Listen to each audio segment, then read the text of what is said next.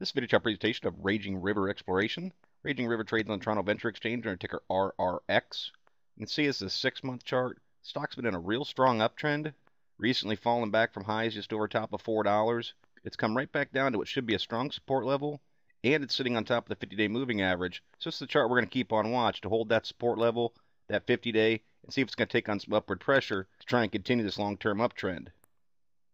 I see the MACD's cooling off, but it's coming right back down near that zero mark, which has been an area that it's bounced off of several times in the past. After it's made a retrace, bounce off of it, continue the move. Retrace, hold a support level, bounce off of it, make another move. So I'll be watching for that level to hold again in the future. If it breaks through it, odds are it's fallen through a support level, and then we should reconsider this chart to potentially see if it's going to start to go into a downtrend. Slow, again, I see a similarity with coming back down near the zero mark. That's been the bounce point twice in the last 6 months. So again, I'll be looking for a reversal off of that level. And similar with the money flow index. Retrace, break back down below 50, now making a rotation, and I'll be watching for it to break back up through that benchmark area and move back into bullishness. Same type of theme going on here with RSI.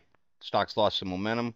RSI has cooled off from above 70, back down around 50, now starting to flatten out again. And of course, I'll be looking for that move back up above 50 to show that bullish momentum is once again in the play. I think the uptrend's pretty clear. You can see that upward channel that's been established. If by chance stock does make a rotation and breaks through this resistance point at these old highs, I'd start looking for it to meet a little bit of resistance at the top side of that channel again. Now from a static standpoint, stock should pick up quite a bit of support right there at $3.50. That was a pretty heavy area of resistance. When it finally broke through it, that's when it cleared $4. In classic TA fashion, came back down. That resistance point held as a support level, bounced off of it, and now it's come right back down to settle on it again, and that's the reason I'm going to look for another bounce. If it does happen to fall through that area, I don't see more support until down around $3.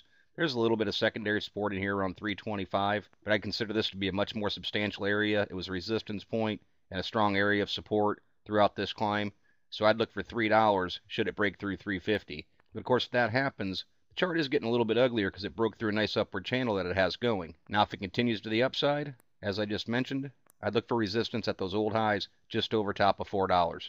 That's a pretty nice upside from where it is, closing at $3.53, about 15%, which is certainly nothing to sneeze at. But if it does go up there and break through that, again, just supporting the idea of the upward channel continuing. Volume's not too much of a concern with this, almost 500,000 shares traded. That's about average. But on a move off of this support level, I'd want to see a stronger volume day to lend more support to the idea that it's going to gather some steam and try and break through and make some new highs. Those are the type of things that I'd be looking for in the RRX chart, but as always, it's merely my interpretation. I'm not a financial consultant. Strongly encourage you to do your own proper due diligence. Consult with a qualified financial advisor before making any investment decisions. Past performance is not a guarantee of future results. Please visit the allpennystocks.com website to view the full disclaimer disclosure, and do not base any investment decisions on any material found on the website and/or its video chart. No person employed by All Penny Stocks, registered investment advisor, or licensed broker dealer. Thank you for watching, and trade smart.